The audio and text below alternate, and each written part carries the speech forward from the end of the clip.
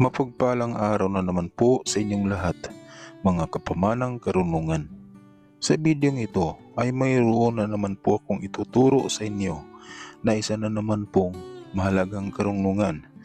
At ito po ay para maligtas po kayo sa lahat ng panganib, sakuna, disgrasya at kamatayan na darating po sa inyo. Pero bago ang lahat, kung ngayon ka palang napadaan sa ating munting channel ay mag-subscribe ka na at pindutin ang inyong notification bell.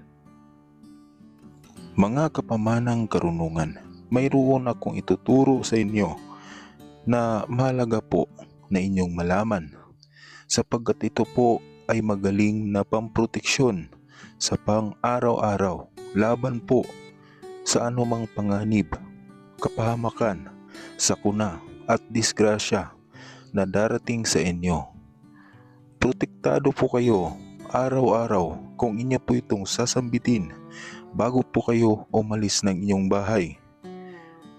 Isang araw po ang inyong proteksyon. Kaya mas mainam po na inyong pag-aralan ang karunungang ito. At mas maganda po kung inyo itong i-memorize nang sa ganoon ay anumang oras ay magagamit po ninyo ang karunungan na ito. Subalit kapag mahihirapan po kayo sa pag-memorize nito, isulat lamang po sa papel at babasahin ninyo kung inyo po itong gagamitin. Huwag pong mag-alala sapagkat ito po ay madali lamang pabisain. Ang inyo pong gagawin ay magdarasal po kayo ng isang Ama namin at isang sumasampalataya hanggang sa ipako sa krus at isusunod po ninyo ang mahiwagang karunungang ito ng 3 ulit. At kapag tapos na po kayo sa pagbanggit nito ng 3 ulit ay hipan po ang inyong sarili, hipan ang inyong dibdib o saan mang parte ng inyong katawan nang sa ganoon ay kakapit po ang bisa nito sa inyong katawan. Sa pamamagitan po ng karunungang ito ay isang buong araw kang protektado laban sa lahat ng kapahamakan, sakuna, disgrasya at tiyak na kamatayan. Ito po ang mahiwagang salita na inyong gagamitin, mga kapamana.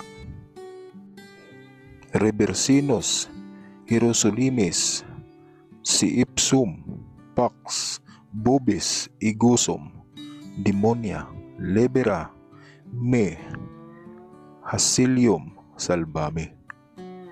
Pakatandaan po ang karunungang yan, mga kapamana. Kung hindi pa kayo handa na gamitin ang karunungang ito, ang inyong gagawin ay isusulat niyo lamang po ito sa papel o di kaya ay sa notebook at itatago ninyo.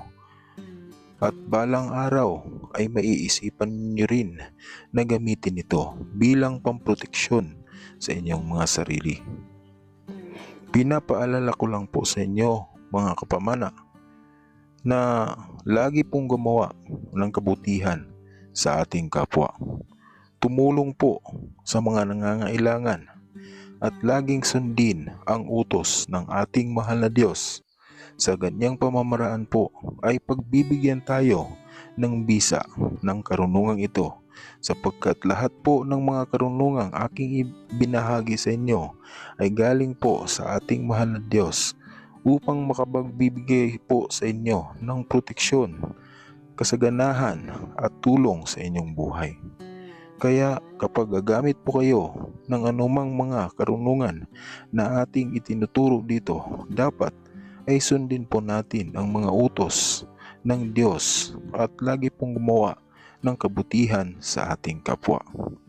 Sana naman po, mga kapamana, ay nakatulong sa inyo ang bidyong ito. Tulungan niyo po ako na dumami po ang ating mga taga-subaybay sa pamamagitan po ng pag-share at pag-like ng video ito. Salamat po sa suporta, mga kapamana, at God bless po sa inyong lahat. Ingat po kayo palagi.